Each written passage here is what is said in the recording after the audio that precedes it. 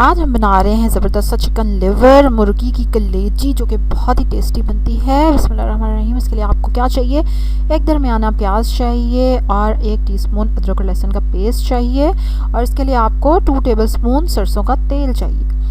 और इसको प्याज को थोड़ा सा हल्का सा सौटे करेंगे। अदरक लहसुन को जब थोड़ा सा कलर आ जाएगा तो एक बड़ा टमाटर उसमें डाल देंगे हम।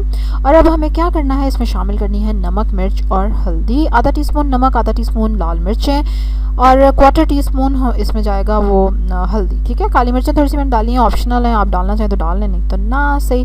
और थोड़ी सी हरी मिर्चें डालेंगे आप इसमें, 1 हरी मिर्च काफ़ी हो गया आई थिंक। ठीक हो गया। अब हमें इंतज़ार करना है कि प्याज का जो है टमाटर का पानी सूख जाए और वो घी छोड़ दे, सरसों का घी, सरसों का घी सरसों का तेल। ओए होए ज़बरदस्त, ये देखें क्या बात है, कैसे उसने अच्छा सा घी छोड़ दिया, मसाले ने अच्छा सा भुन गया है। अब इसमें हम शामिल कर देंगे कलेजी मुर्गी की। इसके मैंने छोटे पीसेस कर लिए हैं, आप इसके अपनी मर्ज़ी के पीसेस कर सकते हैं क्योंकि ये जल्दी गल जाती है। अच्छा, उसके बाद आपने एक काम जो बहुत ज़रूरी करना है, आग तेज़ आंच कर देनी है। ठीक है, मसाला हल्की आंच पे भुनना ना हमने, अब आंच तेज़, फुल तेज़ आंच पे अब आपने इसको 5 मिनट्स को फ्राई करना है। ठीक है, याद रखने की क्या चीज़ है, आंच तेज़ करनी है आपने, समझ आ गई।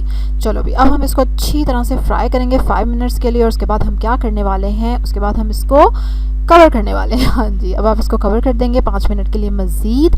नींबू का रस डालना चाहें तो डाल सकते थे स्टेज पे, हरा धनिया भी आप डाल सकते हैं स्टेज पे। And that's it.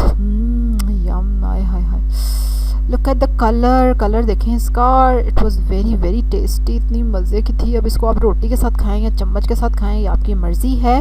और अब देखें रोटी के साथ खाने लगे हैं कौन, मोहम्मद अरीब साहब। हाँ जी, he is truly a meat lover, और बस उसको पता चल जाए कि कुछ मीट पक रहा है तो बस ही इज़ रेडी टू ईट।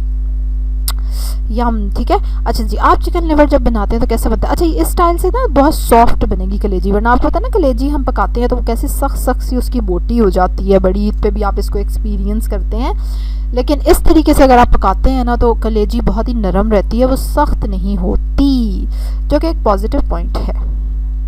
हमारे घर में जो कुकिंग होती है सरसों के ऑयल में होती है, या हम देसी घी यूज़ करते हैं। देसी घी मेरी सासू माँ घर में बनाती हैं, बिल्कुल खालिस ज़बरदस्त सा देसी घी। और अब हम उसको ऑफ़र भी कर रहे हैं, यानी कि बेच भी रहे हैं। ऑलरेडी शी सेल्स इट, लेकिन अब मैं अपने चैनल पे भी इसको ऑफ़र कर रही हूँ। इसलिए किस चीज़ का इंतज़ार है आपको, जल्दी से ऑर्डर करें और हमसे मंगाएं खालिस देसी घी, घर का बना हुआ, क्योंकि सेहत का ख्याल रखना चाहिए बिल्कुल।